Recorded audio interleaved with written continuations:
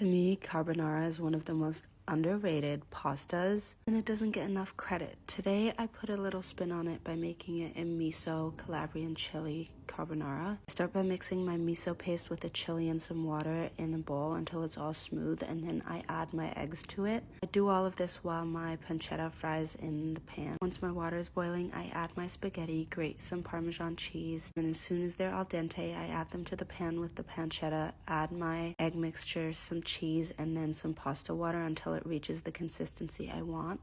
I top it with some scallions, Parmesan cheese, and there you go. It is the perfect pasta. These birria tacos are the best thing I've put in my mouth in a while, and better than any takeout taco I've gotten. So let's make them together. I started off by cutting up my chuck roast into 4 equal pieces, seasoning them with salt, and then searing them off in my Dutch oven. Once they were done, I pulled them out and then chopped up some tomato, onion, put that in my pot alongside some garlic, tomato paste, and my 3 types of chilies that I de-seeded before putting in the pot. Put those in, cover that with some water, and let it simmer until the chilies were soft. Then I transferred that over to a blender, blended it all up until it was smooth, and added that back to the pot with the meat, some stock, some spices. I made sure to not forget the cinnamon. And then I put a lid on that and let it go for 3 to 4 hours until it was all tender. I obviously had to taste test along the way because it smelled so good. Once my meat was fall apart tender, I shredded it all up and then cut up some onion and cilantro. And then it was time to assemble. I grabbed my corn tortillas, dipped them in that consomme, put them in the pan with some Oaxaca cheese, but you can also use mozzarella, that shredded beef, some onion and cilantro. And once they were ready to eat, I dipped them in that consomme, and oh my gosh, guys, this was so good. So good. What the heck? I've never had a Caesar salad wrap. I've been craving these so much because they're all over my For You page, so I had to make myself one. Let's get started. This wrap was perfectly crunchy, salty, spicy. It was so good. So I started by slicing up some sourdough bread, drizzling it with some olive oil, salt, and pepper, popping that in the oven to make my croutons. While those were baking, I made my breading for the chicken, which was some egg, breadcrumbs, and flour. So then I drenched my chicken in the flour, then the eggs, then the breadcrumbs. I shallow fried my chicken and basted it with the hot oil to just get an even layer of brown crust all over. Then I just let them rest on a wire rack while I made my dressing, which I just chopped up some garlic, minced up some anchovies with that, and then started on all the other components for the dressing, gave that a really good mix, and added that to a bigger bowl because I realized my bowl was so tiny. I kept whisking it, adding oil until it looked creamy, and then it was time to assemble the salad. So I did the romaine, the chicken, croutons, the dressing, and obviously can't forget about the Parmesan cheese. I'm the worst at rolling up tortillas, so just bear with me. It doesn't look that great, but it's absolutely amazing. So good. What the heck? Let's make the crispiest German potato pancakes, also known as Kartoffelpuffer. I used to have these all the time growing up, especially in the wintertime, and they're way better than any hash brown is. So I start off by grating some potatoes and make sure to squeeze out all the liquid, set that aside, and put my potatoes in a bowl with some grated up onion, nutmeg, some eggs, and give that a really good mix. Then I take my bowl with the potato water and make sure to drain all that water off and keep the starch at the bottom, which I add to my potatoes alongside some baking powder just to make it a little bit more crispy. Then these need to be eaten with applesauce, nothing else. So I started making my applesauce by cutting up some Honeycrisp apples and adding them to my pot with some water and whatever sweetener you want. I use some maple syrup. Once they're really soft, I blend them up, and there you go. You have your applesauce. I formed the grated potatoes into little patties, fried them off, and then served them alongside that warm applesauce, and these were so, so good. I'm convinced that this leek mushroom galette is going to convert every non-mushroom lover into one. So let's start with the crust. I'm not a baker. It's complicated to get right and it never turns out right. But if I say that this crust is easy to make, just trust me on that. It's flour, butter, water, apple cider vinegar, some salt, and then you knead it and put it in the fridge for at least 2 hours to chill.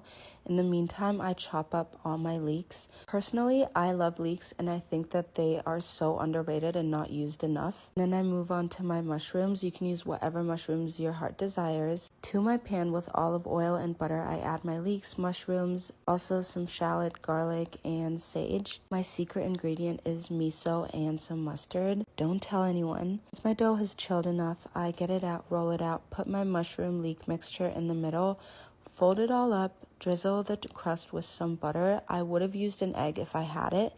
And then once it's done, I top it with dill and a lot of Parmesan cheese, slice it up, and it was perfect. If you're still on the fence about mushrooms, try it, please. There's nothing better than a snack fixation and a comfy outfit to go along with it.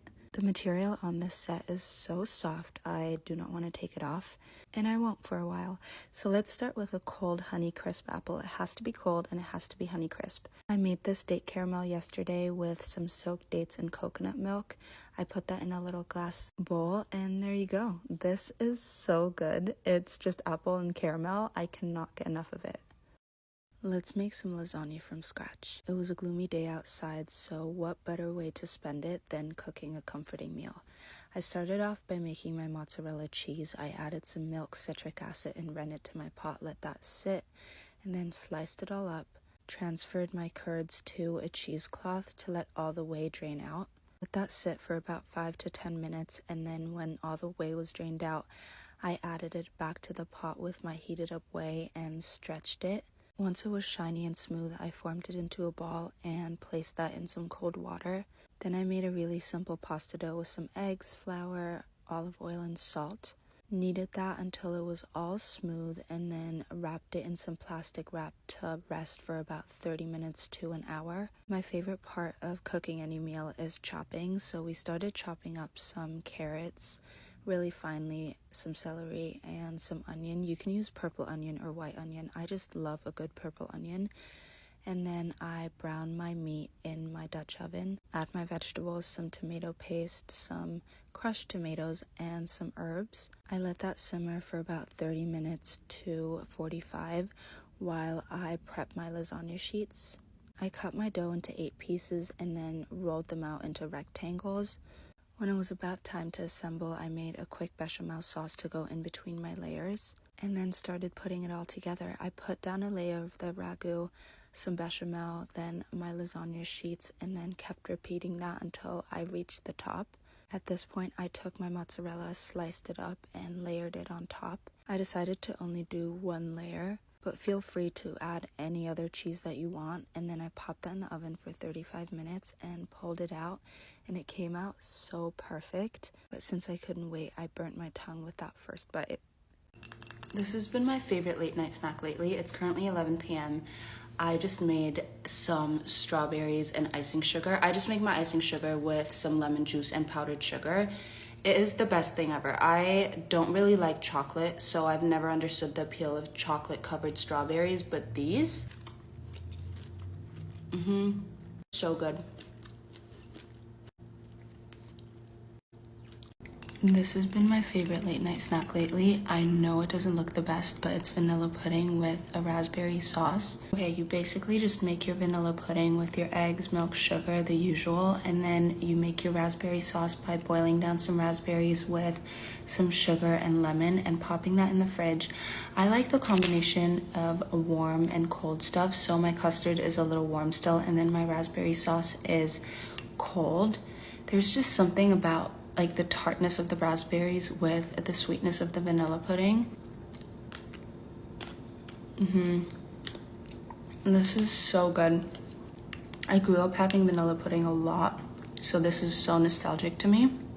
Look at that.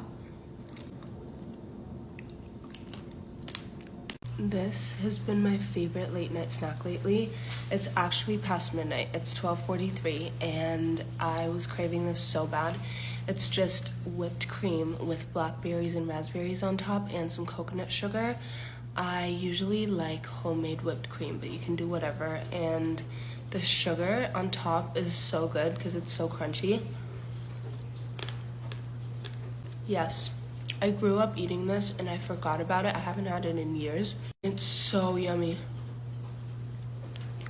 Look at that. My eczema has been flaring up so bad postpartum, all over my hands, on my face, and if something is wrong with my gut, that usually reflects on my skin, so I tend to flare up.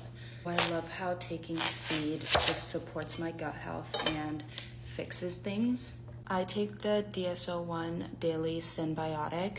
It's a 24 strain probiotic blend, which I've tried a bunch of different probiotics and I always come back to seed since it's the most effective, and I see an improvement in my skin when my gut gets healed. So if anyone is struggling with eczema or other skin problems or even just bloating, it would be worth it looking into your gut health and trying out a probiotic.